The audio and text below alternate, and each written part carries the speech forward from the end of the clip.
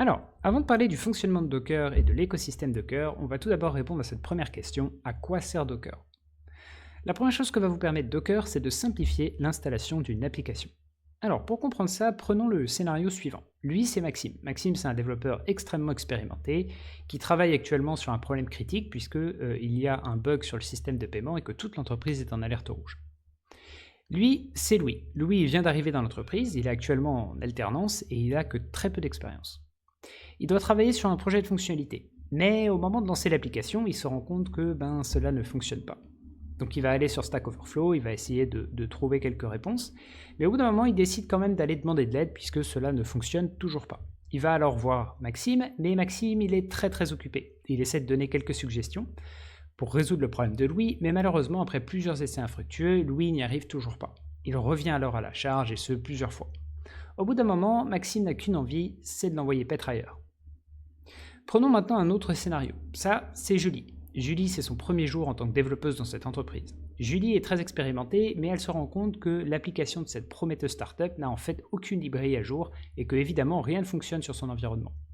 En effet, plusieurs fonctionnalités de l'application utilisent des dépendances qui sont deprecated, donc plus utilisables, et qui ne sont pas fonctionnelles sur les dernières versions.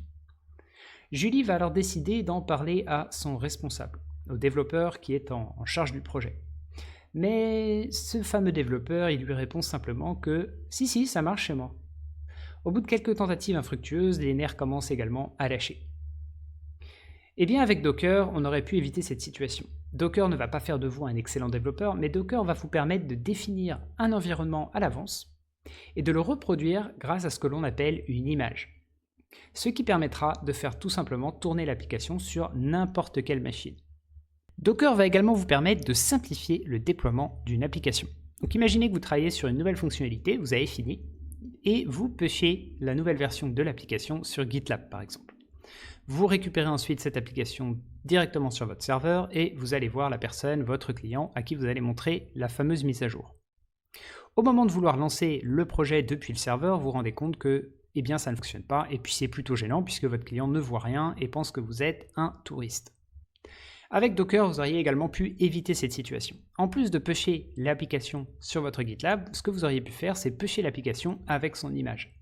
Qui, rappelez-vous, l'image va décrire tout l'environnement dans lequel va tourner l'application, ce qui fait qu'au moment de pouler votre application sur votre serveur, au moment où vous allez récupérer cette application sur le serveur, vous aurez exactement le même environnement sur le serveur et tout se serait déroulé normalement. La troisième chose que va vous permettre Docker, c'est de réduire les coûts. Alors, prenons une situation suivante. Vous avez une petite application que vous avez développée et que vous avez mise sur un serveur. Vous avez quelques utilisateurs qui commencent à l'utiliser, mais malheureusement, vous avez oublié un cas et ce cas fait crasher votre application.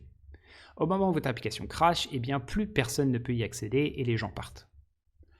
Avec Docker, ce que vous auriez pu faire, c'est déployer ce qu'on appelle un container autour de votre application. Le container, c'est un petit peu comme le descriptif de l'image, mais en action. C'est l'exécution d'une image, si vous voulez. On y reviendra évidemment plus tard.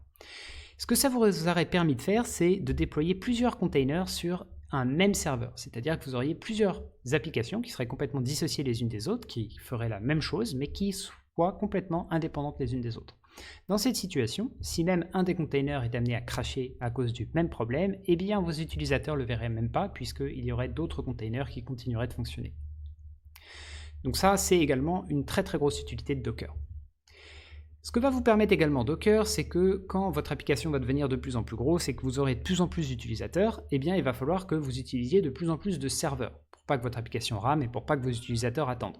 Sur une architecture classique, ce que vous auriez, c'est que chaque serveur aurait une version de l'application et que, de par le fait, vous auriez plus de puissance et les utilisateurs pourraient accéder de manière optimisée à votre application. Cela étant dit, tous ces serveurs, ça coûte cher. Alors, qu'est-ce que peut faire Docker dans ce cas de figure? Avec Docker, vous pouvez tout simplement, sur un même serveur, faire tourner plusieurs versions de votre application pour répondre à cette demande.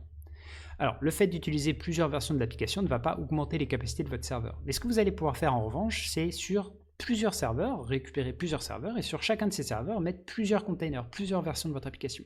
Et en faisant ceci, vous allez sauvegarder beaucoup de ressources. Donc voilà ce que vous permet de faire Docker en gros. Évidemment, c'était très imagé. C'est une technologie qui est vraiment très utile, qui est de plus en plus utilisée. Si elle s'impose autant, c'est pas pour rien. Dans la leçon suivante, ce qu'on va faire, c'est qu'on va expliquer maintenant en détail comment fonctionne Docker et vous allez voir que c'est très très intéressant.